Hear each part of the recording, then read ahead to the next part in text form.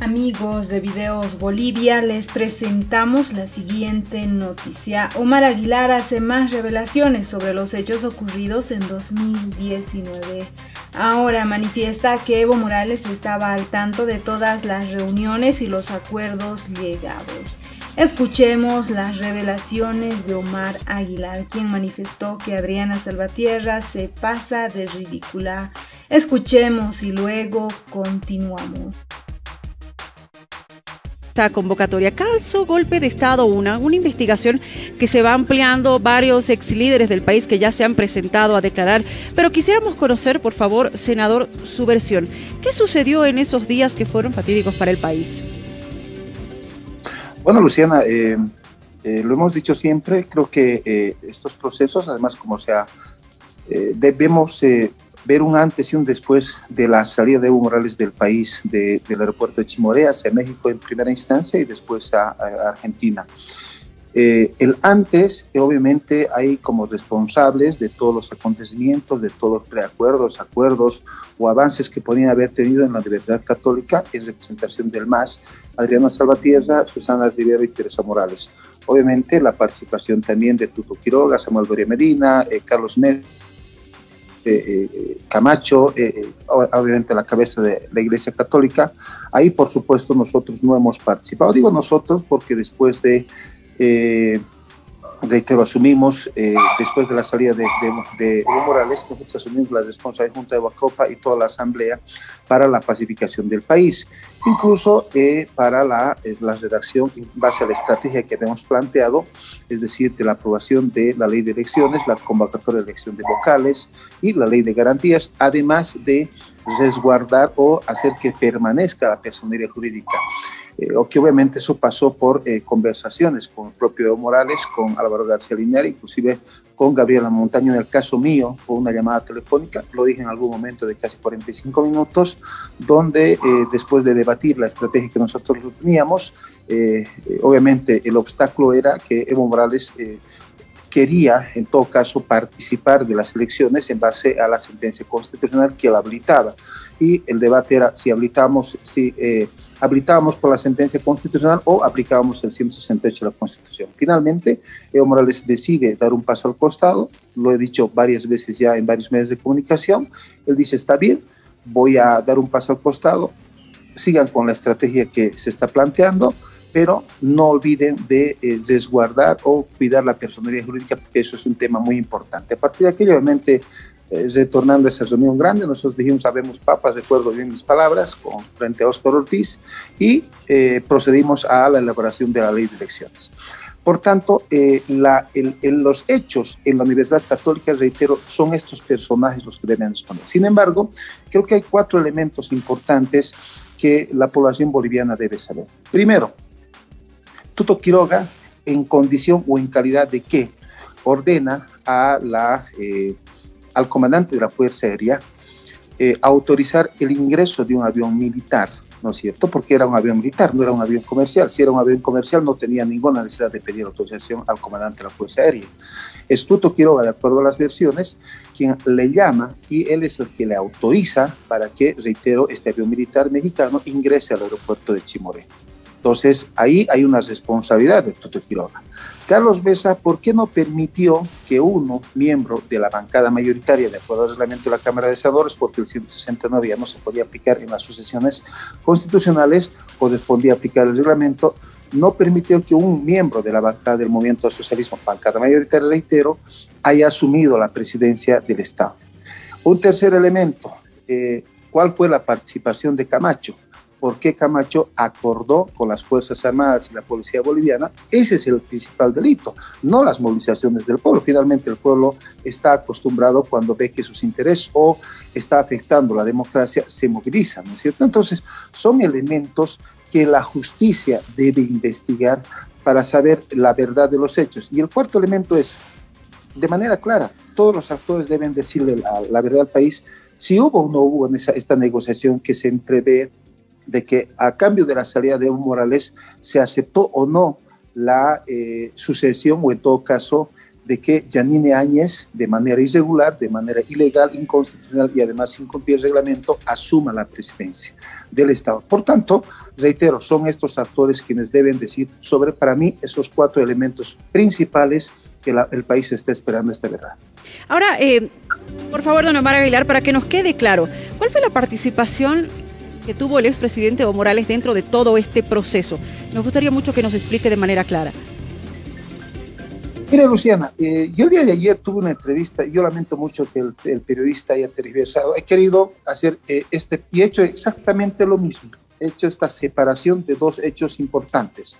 La primera que le he explicado en la conversación que yo la he tenido con Evo Morales, ahí puedo decir que ha avalado la estrategia que hemos tenido de la aprobación de la ley de elecciones, elección de vocales y la ley de garantías, que finalmente no pudimos aprobarla porque tuvieron una estrategia de recurrir al Tribunal Constitucional para declararla inconstitucional. He hecho exactamente lo mismo. Yo hablé con el periodista y el periodista me dijo, sí, es conclusión mía. No lo has dicho tú, porque yo he pedido el audio.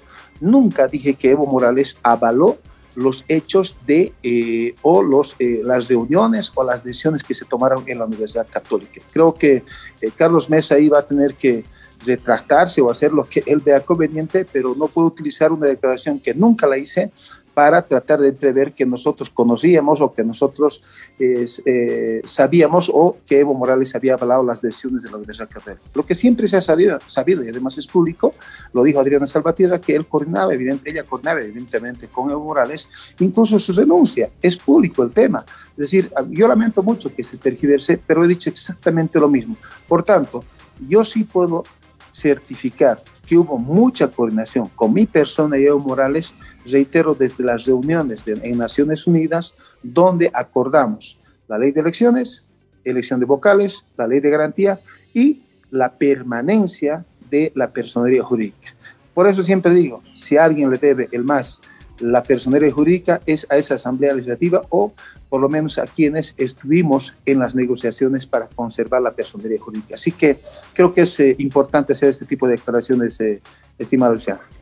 Perfecto, don Omar, para que nos quede muy claro entonces, lo que usted manifiesta es que el expresidente Evo Morales sí dio el ok, si vale el término, para la estrategia que se estaba aplicando en ese momento. Eso es lo que usted me manifiesta, no que haya avalado la sucesión presidencial. Sí, de manera clara.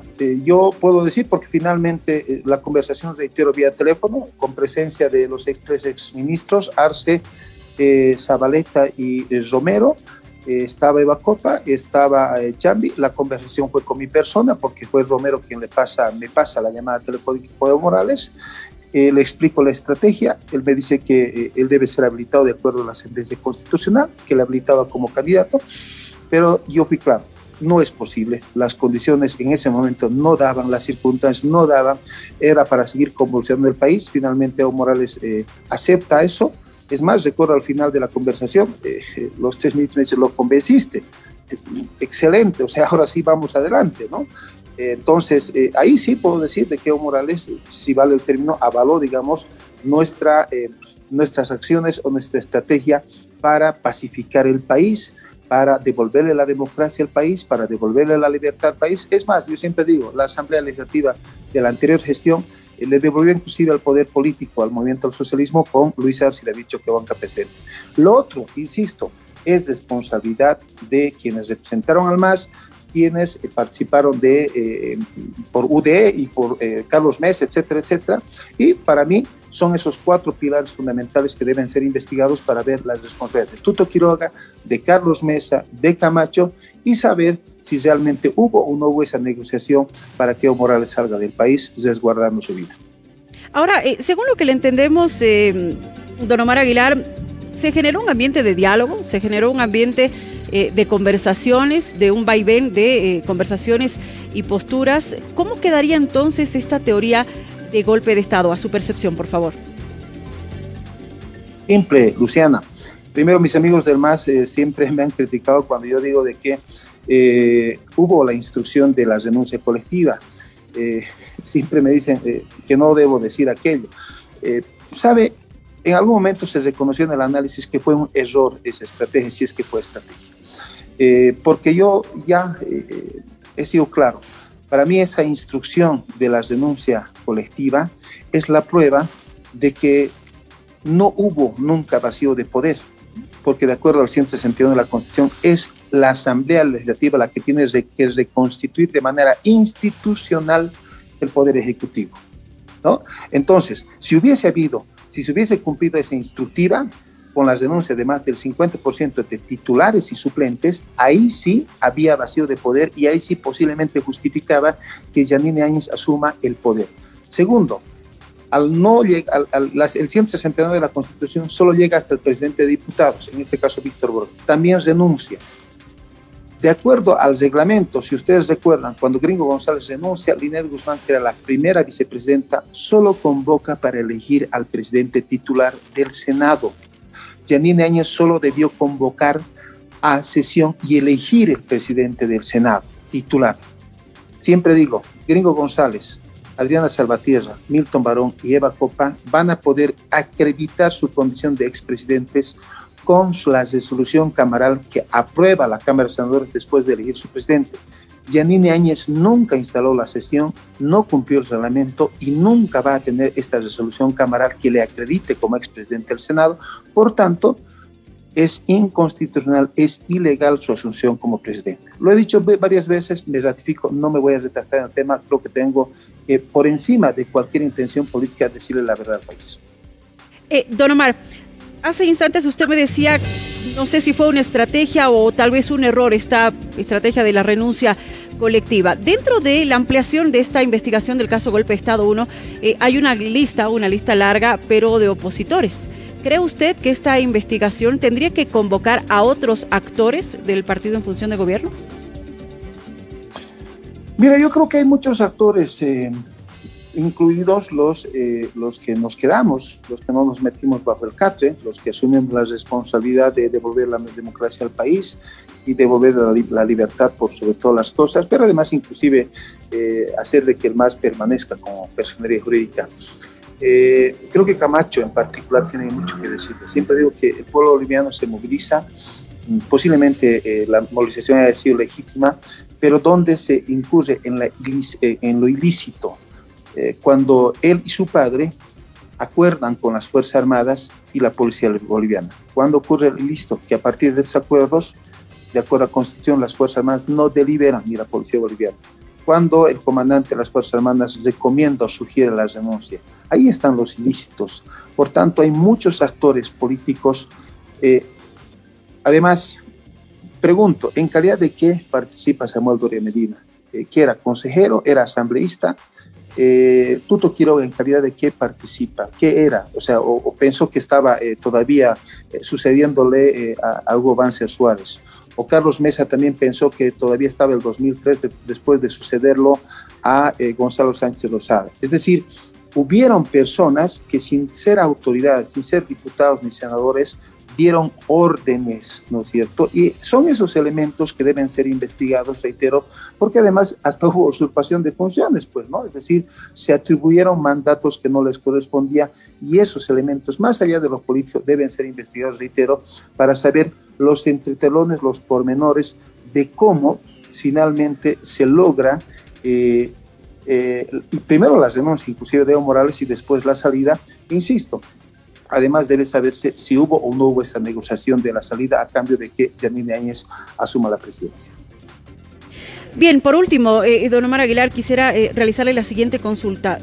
Luego de todos estos hechos de los que venimos hablando, la reunión, estas decisiones, la postura de Evo Morales, la transición, Yanine Áñez ya como presidente, aquí le quiero hacer una pregunta. Luego de todo esto, hubo una asamblea con mayoría del movimiento al socialismo que avaló cada uno de los pasos que se fueron dando dentro de este gobierno de Yanine Áñez, incluidas las elecciones. ¿En qué quedaría entonces esa asamblea o todas las decisiones que se han tomado en el país durante ese tiempo? Mire, de acuerdo a los conocimientos que tengo, en el derecho positivo, todos los actuados se presume la constitucionalidad de los actos. Evidentemente, lo que se está tratando de entrever es de que si Yanine Áñez es ilegal, obviamente todos sus actos son ilegales.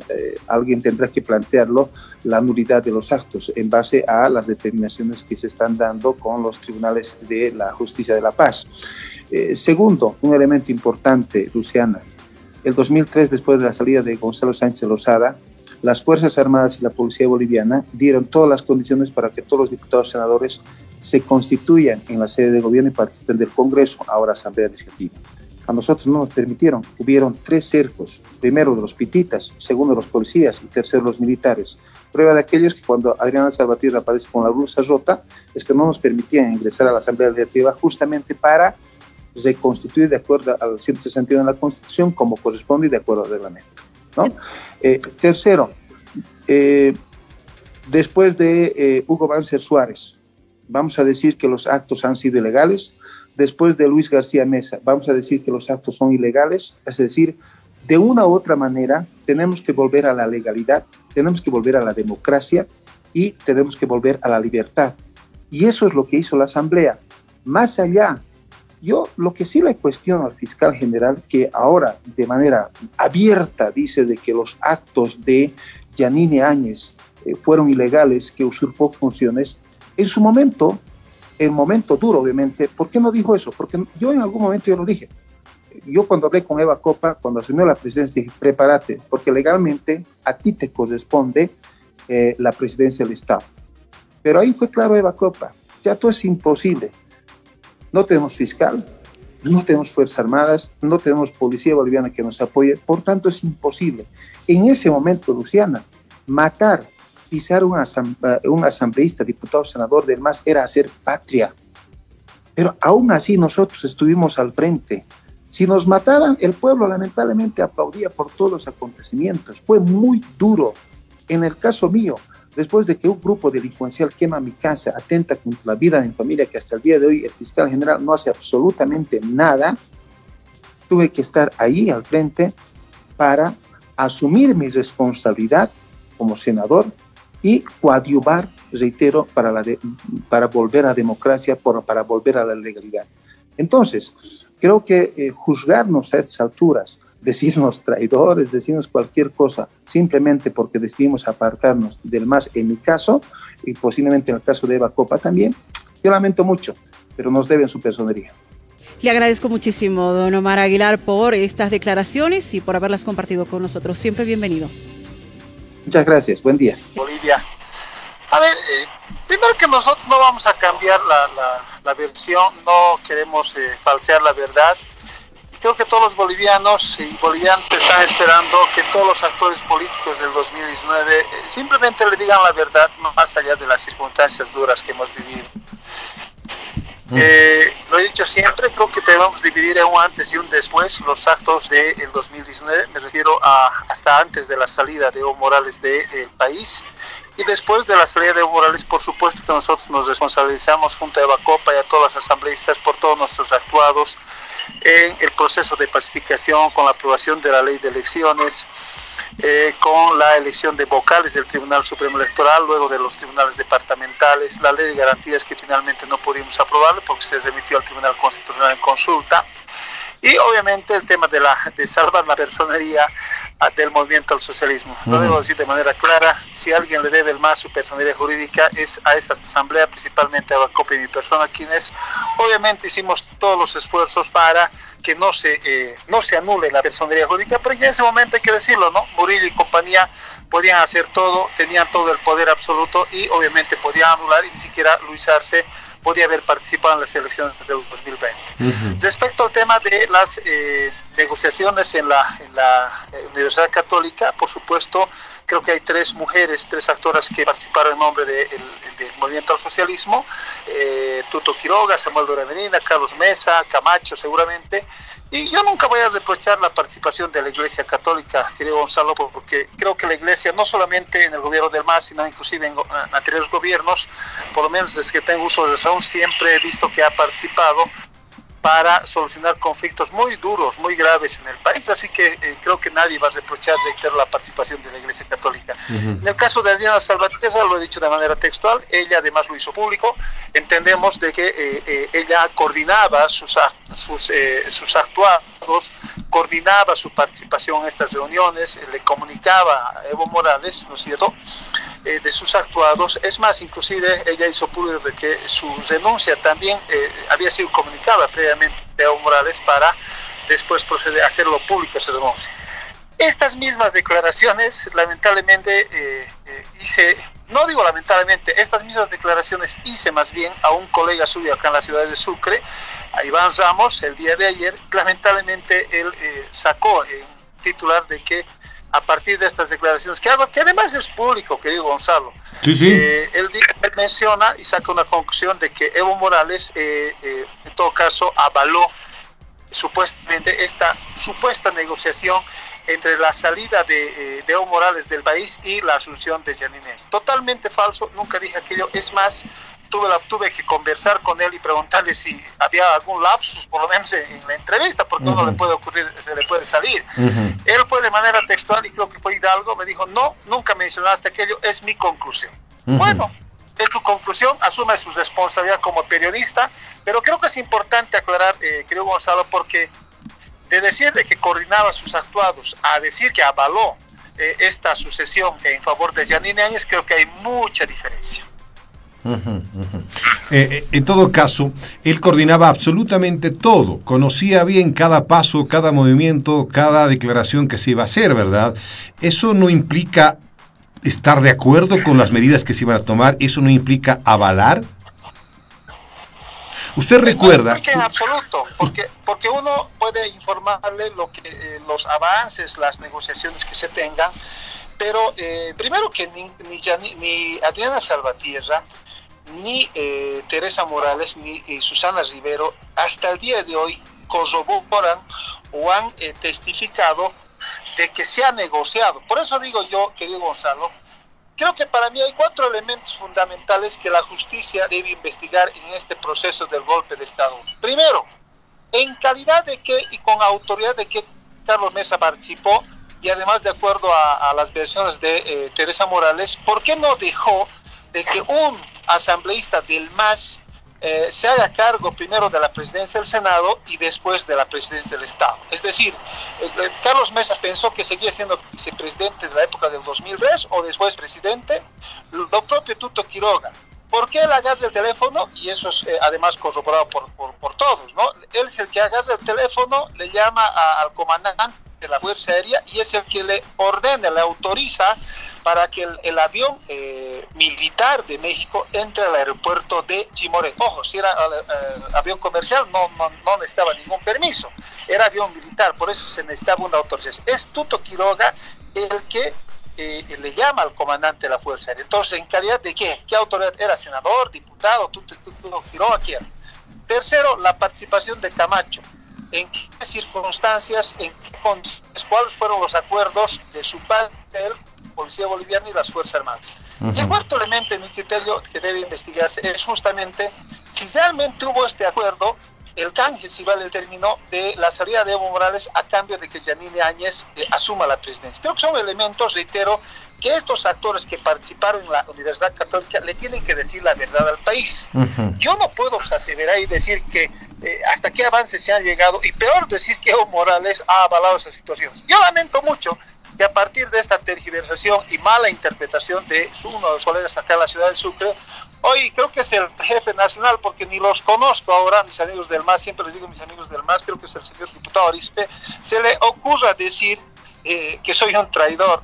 Por favor, yo creo que hay que tener moral para decir traidor a alguien.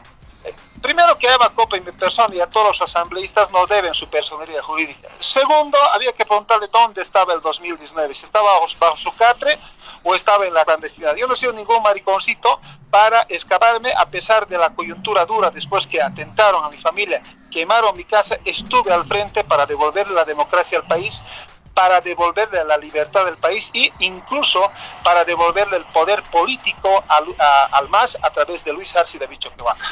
Senador Omar Aguilar, le pregunto a usted, ¿las condiciones estaban como para que alguien del MAS pueda asumir, tomando en cuenta lo que pasaba afuera en las calles? ¿Cuál es su lectura de ese momento? Porque dice, podía haber sumido a alguien del MAS, evidentemente le correspondía, pero ¿cuál hubiese sido las circunstancias y el momento si eso ocurría? ¿Se calmaba todo, se pacificaba todo? creo que sí, Gonzalo. Hay algo que Óscar Ortiz no quiere escuchar que yo lo diga. Creo que en algún momento ya no sé si fue en su programa, pero en varios programas mencioné esto. Lamentablemente un diputado que falleció, Esteban López de Yayagua, del departamento de Potosí, un amigo, gran colega, era amigo íntimo de Víctor Borda, presidente de diputados. En una reunión, en los almuerzos o servicios que teníamos en las asambleas, nos sentamos Víctor Borda, Esteban López y mi persona. Obviamente Esteban López ya me había comentado esta situación y yo simplemente quise corroborar con la presencia de Víctor Borda. En ese momento, ¿qué es lo que qué es lo que comentamos? El grupo de UDE, a la cabeza de Óscar Ortiz, le llaman a Víctor Borda. Víctor Borda estaba en la embajada con el celular apagado. Como no lo ubican a Esteban López porque era el amigo íntimo. Y le dicen textual, queremos hablar por Víctor Borda porque hay la posibilidad de que Víctor Borda asuma la presidencia del Estado. Siempre lo he dicho, Gonzalo, creo que se cometieron errores desde el 20 de octubre del 2019. Lo que se debía hacer hoy se hizo mañana. Me explico. Primero, ¿qué pedía el pueblo? Pedía segunda vuelta. Una vez que Evo Morales acepta la segunda vuelta, se anulan las elecciones, inclusive él dice, anulamos las elecciones, después ya piden la cabeza de Evo Morales. Después de pedir la cabeza de Evo Morales, yo con esta aseveración que le digo de Víctor Borda, terminan aceptando, no iban a aceptar, y de ahí debo ser claro, no iban a aceptar que Adriana Salvatierra asuma, porque le veían como una persona muy allegada a Evo Morales, una persona muy dura en sus declaraciones contra la oposición, y creo que Víctor Borda era más asequible, si vale el término. Por eso es que me atrevo a decir de que Víctor Borda era aceptado. Pero no le habían quemado la casa, no le habían lastimado al hermano, las denuncias que llegaban de Potosí. Por eso le decía, es que lo buscaban a Víctor Borda estaba con el celular apagado y estaba en la embajada de acuerdo a versión del mismo. Se entera Víctor Borda de que su hermano estaba siendo torturado en Potosí, en la plaza principal, y él sale de la embajada y presenta su denuncia y hace pública. Yo recuerdo bien, Esteban López dice, hermano, mi amigo íntimo iba a ser presidente. Obviamente en tono de broma ya dijo después, tuve el sueño de ser ministro, ¿no? Si mi amigo Víctor Borda iba a ser presidente. Entonces, había la posibilidad de que Víctor Borda presidente si vale el término, con la aceptación de la oposición en ese momento para pacificar el país. Pero ojo, con esto, ¿qué le quiero decir, Gonzalo? Que sí habían otros senadores. Le pongo un ejemplo. Yo estoy seguro que si Gringo González se quedaba de presidente y no renunciaba para ser embajador, ojo, Gringo González fue aprobado su designación por unanimidad, oficialistas y opositores. ¿Por qué? Porque era aceptado inclusive por los opositores. Yo creo que Gringo González terminaba siendo presidente del Estado sin opresión absolutamente de nadie. Entonces, bajo esa lógica, creo que había todavía muchos senadores que podían asumir la presidencia del Senado primero y después la presidencia del Estado. Esa es la respuesta que le puedo dar en la consulta que me hace. Perfecto. ¿Y qué papel jugó Efraín Chambi? ¿Fue a negociar puestos? ¿Fue a negociar algo, su libertad? ¿Qué papel jugó Efraín Chambi, ex senador, ahora creo embajador? Mira, Efraín Chambi, yo no sé a qué jugaba al final, ¿no? El ex senador Giovanni Alfonsín, en una entrevista, y tengo el audio por si acaso, le hace una develación muy complicada para Efraín Chambi. Efraín Chambi estaría negociando la presidencia del Senado para Óscar Ortiz a cambio de ministerios. No sé si para él o para quiénes. ¿Para Óscar Ortiz negociaba él? ¿Era su operador de Óscar Ortiz? No sé si era su operador. Negociaba para que Óscar Ortiz, le explico después por qué, negociaba con Óscar Ortiz para que Óscar Ortiz quería ser presidente, ¿no? O sea, obviamente, después le explico porque después se reunieron conmigo. Se reunió con Efraín Chambi, que era jefe de bancada, y de manera textual dice Giovanni Alfonsín: yo entré a una reunión donde estaba Efraín Chambi, Óscar Ortiz y otros, de manera incógnita, y ahí pude escuchar de que Efraín Chambi estaba negociando ministerios a cambio de hacerle presidente a Óscar Ortiz. Entonces es Giovanni Alfonsín el que tiene esa versión porque él entra a esa reunión. Como al final Óscar Ortiz trata de concretar esa presidencia y no lo logra porque Efraín Chambi no puede convencer a sus colegas del MAS, Óscar Ortiz me busca a mí. Y ahí yo fui claro con Óscar Ortiz. Óscar, no vas a ser presidente. Vamos a asumir nosotros como bancada del MAS la presidencia del Senado. Recuerdo que estaba Omer Menacho de Pando y Víctor Hugo Zamora en esa reunión, que fue muy dura. Me quisieron un poco más y gritonear, pero al final fui firme en el tema y dije, no señores. Recuerdo bien que Adriana Salvatierra entra de manera, no sé cómo logró entrar a esa reunión. Yo viéndole a Adriana Salvatierra digo, mira Óscar, si sigues insistiendo en la presidencia del Senado, en este momento le pido a Adriana Salvatierra que presente un memorial al Senado o una nota indicando que ella nunca renunció. A ver en qué queda tú, Yanine Áñez. Textual, fue mis declaraciones en ese momento. Se puso de 1000 colores Óscar Ortiz y terminó diciendo, arriesgar a Yanine Áñez, prefiero ceder la presidencia, asuman ustedes, y de esa manera Eva Copa asume la presidencia sin ningún problema. O sea que Efraín Chambi estuvo en ese tema negociando para que Ortiz vaya a la presidencia, y ahora Efraín Chambi, ex senador del MAS, está como embajador en Ginebra, tengo el dato. Senador... Y lamentablemente yo puedo decir muchas cosas de Efraín Chambi, ¿no? Es más, muchas oportunidades a mí me llamaba cuando ya obviamente nosotros vimos el tema de la corrupción de los respiradores, denunciamos, me llamaba para decir que no sea duro con Murillo, ¿cómo? Que no sea duro con el gobierno de Yanine Áñez y que más bien negociáramos. Yo fui claro en una oportunidad y creo que desde entonces le bloqueé el celular y dije, ¿sabe qué? Yo no soy ningún corrupto, yo no me voy a vender a nadie, si quieres negociar, negocia tú a título personal, pero yo no voy a negociar absolutamente nadie con el gobierno corrupto de Yanine Áñez. Fue la última conversación que tuve con Efraín Chambi y de ahí nunca más conversamos de manera amigable, si vale el término. Bueno, ahora esas personas están premiadas, ¿no? Están premiadas. Ustedes que salvaron, como dicen, la personalidad jurídica del MAS, ahora están expulsados, se han salido, ya no están allá, y otros se están aprovechando. Esa es la política que hacemos en el país. Senador Omar Aguilar, le pregunto algo. Ex senador. Le pregunto algo. En relación a estas conversaciones que se dio, por ejemplo, en Palacio de Gobierno, estuvieron todos los sectores sociales, todos los ministros de Yanine Áñez para negociar, pacificar el país. ¿Recuerda usted? En ese momento, ¿usted tenía contacto con Evo Morales? ¿Le estaba contando todo a Evo Morales lo que estaba ocurriendo? ¿Estaba en comunicación con Evo Morales o no?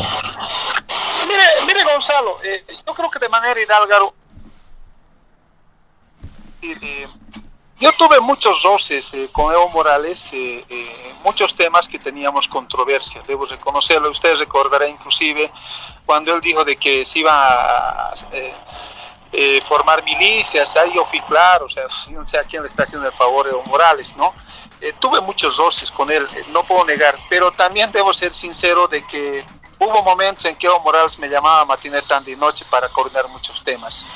Uno de los temas que, por ejemplo, lo debo decir ahora, cuando estábamos trabajando la ley de elecciones que iba a pacificar, porque el pueblo quería elecciones nacionales, ¿no?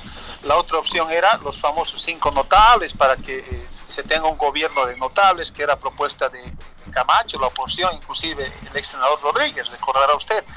Entonces nosotros obviamente íbamos por la vía constitucional de nuevamente llamar a elecciones. Obviamente teníamos que renovar previamente los vocales del Tribunal Supremo Electoral, tribunales departamentales, y estábamos obviamente trabajando en ese tema, y el obstáculo era que Evo Morales quería ser candidato, es decir, que se aplique la 1184, si no me equivoco, la sentencia constitucional que le habilitaba a Evo Morales para una nueva elección. Entonces, ahí hicimos un cuarto intermedio. Recuerdo que estaba la Iglesia Católica, obviamente a la cabeza de Monseñor Scabrini, que paz descanse, Monseñor Giovanni y otros más. Además de Álvaro Coimbra, estaba Jerzy Sustiniano y otros más, recuerdo. Pedimos un cuarto intermedio, estaba Romero, estaba Arce Saconeta y Zabaleta. Nos dieron un cuarto pequeño y ahí no se animaba ninguno de los 3 exministros a decirle a Evo Morales de que no podía ser candidato, que era imposible. Entonces Romero se comunica con Evo Morales y al final le dice, mira, textual, ¿no? Jefe, habla con Omar, él es el que está coordinando con la asamblea, está complicada la cosa. Entonces le ponen altavoz en una mesita, recuerdo, y ahí empiezo a explicarle a Evo Morales la estrategia que teníamos, qué pasos queríamos seguir con la elección, la ley de elecciones, etcétera, etcétera. y debatimos cuál iba a ser el procedimiento, cómo íbamos a hacer la estrategia, etcétera, etcétera. Intervino Álvaro García Linera, es decir, yo debatí con los tres y Gabriela Montaño. Me hacían consultas, discutíamos el tema, cómo íbamos a hacer, etcétera, etcétera. Y al final de 40-45 minutos, Evo Morales me dice, está bien, Omar, estoy de acuerdo con la estrategia, vayan adelante, pero sí te encomiendo algo. La personalidad jurídica la tienen que salvar. Si nos anulan, nos proscriben. Por tanto, la personalidad jurídica no la podemos perder. Eso sí es innegociable. ¿De acuerdo? Recuerdo que salí, bueno, primero ahí los ex ministros me dicen, Omar, lo convenciste. Todos alegres, sonrieron obviamente todos, salimos de ahí. Recuerdo que lo vi a Óscar Ortiz en la puerta, le dije, Óscar Ortiz, habemos papa. Evo Morales desistió de la posibilidad de ser candidato, se aplica el 168 de la Constitución, por tanto, a trabajar en la ley. Inmediatamente nos trasladamos a la Asamblea, informamos aquello, nos trasladamos a la Asamblea y empezamos a trabajar la ley para después proseguir con su tratamiento y la sanción correspondiente. Esta declaración... Sobre eso sí yo puedo decirle, Gonzalo, permítame, sobre eso sí yo puedo decir poco más y que me avaló, ¿no es cierto?, todas las estrategias que teníamos para pacificar el país. Obviamente fue importante que él desististe la posibilidad de ser candidato. Evidentemente, y usted no está cambiando nada, desde que lo vengo entrevistando, es la misma versión que usted va manejando, o sea, no ha cambiado absolutamente nada, esto no es nuevo para nosotros, porque lo viene repitiendo ya hace mucho tiempo esta versión. Y en esta misma línea... Sí, decía.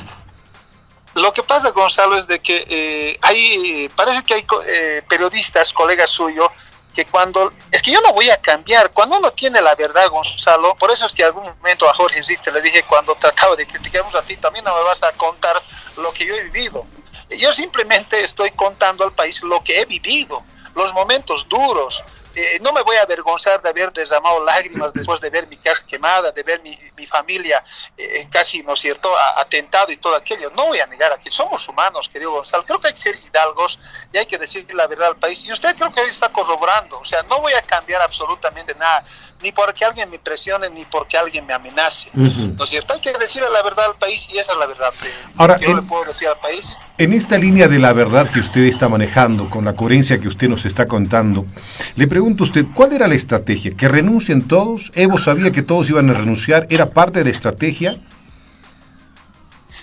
Mire, Gonzalo, igual, ¿no? Cuando se hace hago estas declaraciones en otros medios, igual tergiversan algunos, ¿no? Al fin creo que mis amigos del MAS han entendido.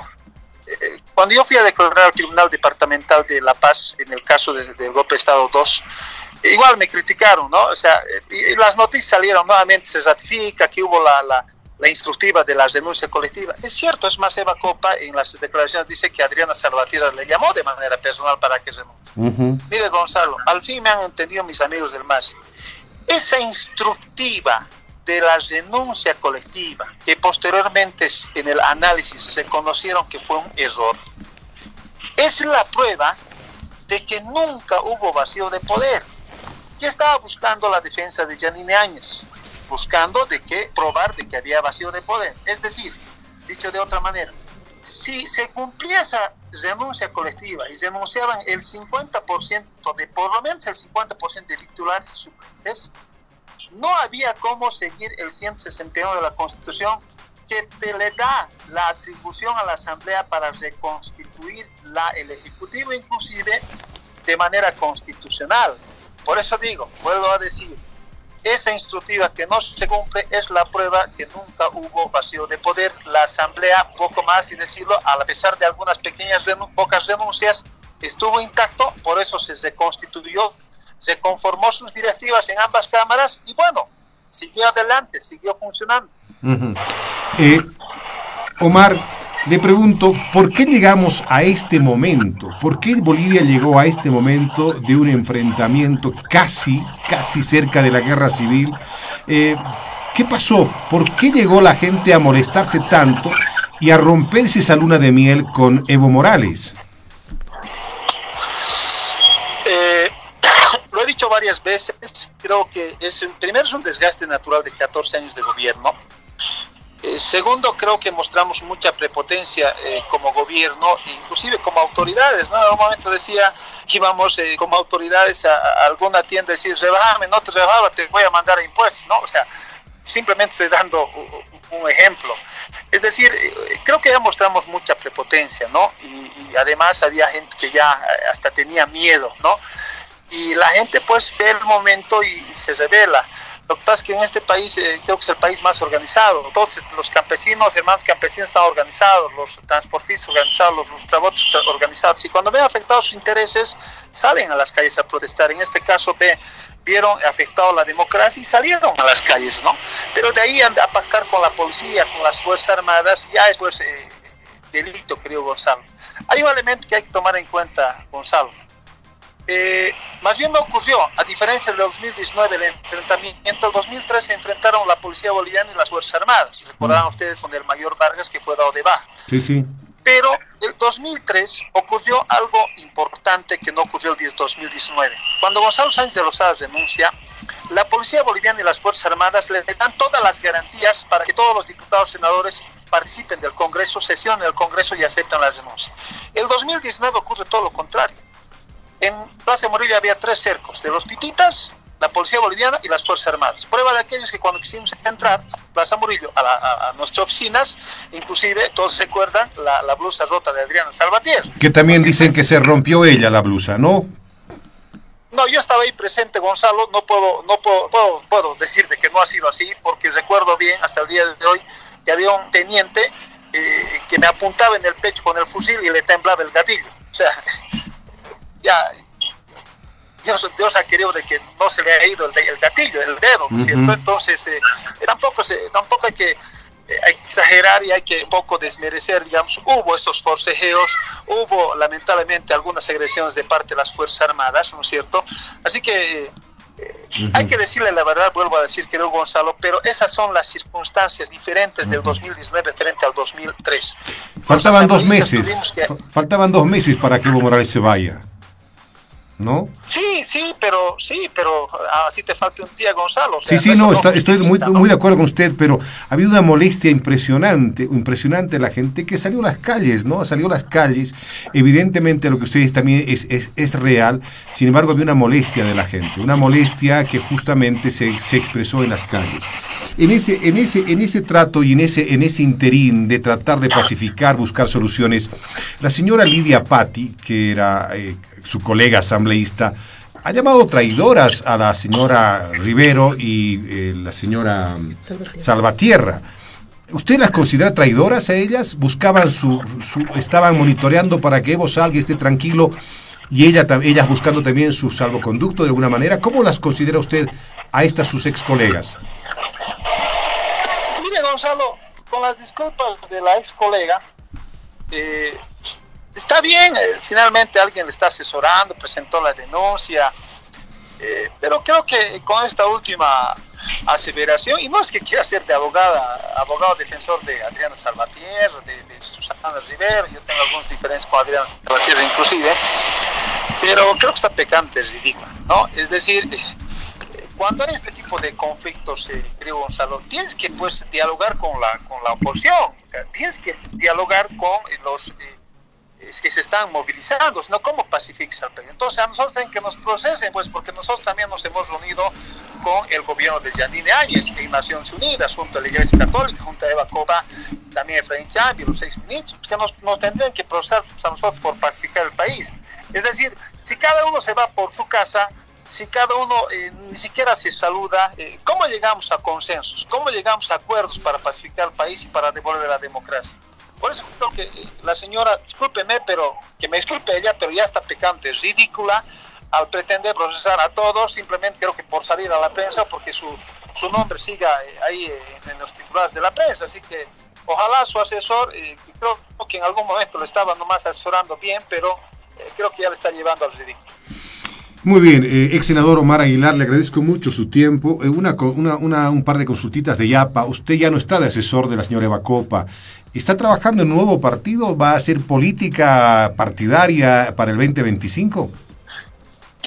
Quiero dejar, Gonzalo, pero ustedes no me dejan. Quiero dejar la política, pero los medios no me dejan. Y bueno, yo tampoco quiero hacerme al lindo ni al sabroso, como dicen. Obviamente respondo cuando me llaman, no tengo ningún problema, no tengo ningún proyecto. Dejé la ciudad del Alto por un tema de salud, estoy recuperando, estoy con tratamiento médico acá en la ciudad de Sucre junto a la familia. Estamos mejorando, por supuesto. Obviamente voy a desearle siempre a Eva Copa, una compañera de lucha, que le vaya bien en su gestión, y que obviamente, siendo una líder joven, ojalá pueda proyectarse a futuro. No sé si a nivel de o a nivel nacional, dependerá de su gestión. Por supuesto que desde donde estemos siempre la vamos a apoyar, porque reitero, es una compañera. Hemos vivido momentos muy duros, donde todos estaban bajo su parte. Siempre lo he dicho, nosotros a pesar de eso dimos la cara, dimos el pecho, y bueno, vi el lado, digamos, de su fortaleza de Eva Copa, y creo que, reitero, si hace buena gestión puede seguir. Lo mío, Gonzalo, está en veremos. Tampoco se puede negar o se puede descartar cualquier posibilidad, pero veremos qué pasa en el futuro. Hay mucho todavía por delante. Corríjame si lo interpreto mal. Usted está dentro del proyecto de Eva Copa, por lo tanto, también está dentro del proyecto de David Choquehuanca. Yo con David Choquehuanca de vez en cuando tengo la posibilidad de conversar con él. Creo que es un líder indígena que además siempre ha estado con las bases, nunca ha tenido problemas. Yo siempre he dicho, ¿no? Si Evo Morales sería el Evo Morales del 2004, hoy sería diferente y el 2025 sería diferente, ¿no? Creo que a veces el poder y la soberbia nos cambia. Prefiero incluirme, ¿no es cierto? Y bueno, y lamentablemente cuando uno cambia, el pueblo también te da la espalda, o finalmente te quita la confianza o te quita el apoyo. Hay que ser claros en eso. No sé quién se está apoyando a Evo Morales hoy, pero creo que cada día se está haciendo querer más, no sé con quiénes, o se está haciendo odiar también, no sé con quiénes. Así que lo he dicho siempre, creo que Luis Arce hoy más que nunca está haciendo los esfuerzos para recuperar la economía. Creo que el tema de la pandemia, por lo menos hoy hay más vacunas que gente que quiere vacunarse. Creo que ese tema se ha solucionado. Hoy creo que Luis Arce está con mejor perspectiva que Evo Morales. Y también David Choquehuanca, por decirlo así. Si las elecciones del 2025 se presenta Luis Arce y Evo Morales, yo creo que Luis Arce le gana de lejos. También creo que David Choquehuanca le ganaría a Evo Morales. Obviamente no creo que ocurra, en mi criterio no creo que ocurra la división. Creo que va a haber un momento de reflexión y estos tres líderes fuertes. Ahora, usted lo dice esto por su reflexión diplomáticamente, o es un análisis realmente muy estudiado de que no hay ninguna división. Lo digo diplomáticamente. Entonces tendría que ser en Ginebra usted. Lo conozco de David Choquehuanca. Lo que pasa es que, a ver, Gonzalo, usted no va a destruir lo que ha construido. Lo que pasa es que David Choquehuanca es parte de la construcción del proceso, es fundador del instrumento. Es bien complicado, ¿no? Para destruir lo que uno construye. No sé en el caso de Luis Arce, no sé que no es de los fundadores, pero igual le ha tenido mucha lealtad. Yo sigo creyendo que antes del 2025 va a haber un sanazán y va a decir, bueno, no nos peleemos. Finalmente tuvimos la oportunidad de ser presidentes y bueno, el jefe de partido es Evo Morales, y Evo Morales tiene que seguir, a no ser que ocurra algo diferente desde las organizaciones sociales, y las organizaciones sociales digan, porque yo creo que si las próximas elecciones serían el domingo, para mí Luis Arce es la garantía del triunfo del instrumento político. Luis Arce, si este domingo fueran las elecciones, entonces Luis Arce es presidente. Ex senador Omar Aguilar, le agradezco mucho su tiempo, como siempre es un gusto saludarlo. Lo vamos a seguir convocando porque usted tiene mucho más que contar, con seguridad, sabe mucho más de lo que dice y hay que ir sacándole poquito a poco seguramente para que nos vaya contando más cosas.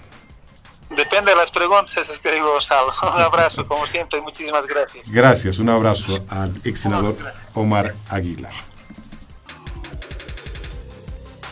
Esas fueron las palabras del ex senador Omar Aguilar, quien estuvo acompañando a Eva Copa cuando estuvo como presidenta de la Cámara de Senadores. Omar Aguilar manifestó que él participó de varias reuniones de consenso y aclaró que Evo Morales estaba al tanto de todos los acuerdos a los que se llegaban en diferentes momentos del conflicto en 2019, donde se pedía la anulación de las elecciones nacionales por un presunto fraude. Omar Aguilar manifestó quienes participaron de estas reuniones y también dijo que Adriana Salvatierra estaba al tanto y era quien coordinaba con Evo Morales todas las situaciones discutidas frente a la asunción del poder en ese periodo transitorio donde Yanine Áñez terminó asumiendo la presidencia. ¿Qué opinan ustedes frente a las revelaciones que hace el ex senador Omar Aguilar, quien era militante del movimiento al socialismo, pero por las disputas internas del movimiento al socialismo y del máximo representante del movimiento al socialismo con Eva Copa y otros disidentes del movimiento al socialismo, Omar Aguilar terminó apartándose de las filas del MAS? Es de esta forma que Omar Aguilar manifestó más aclaraciones de los hechos ocurridos en noviembre de 2019. Frente a estas revelaciones, te invitamos a dejar tus percepciones al respecto.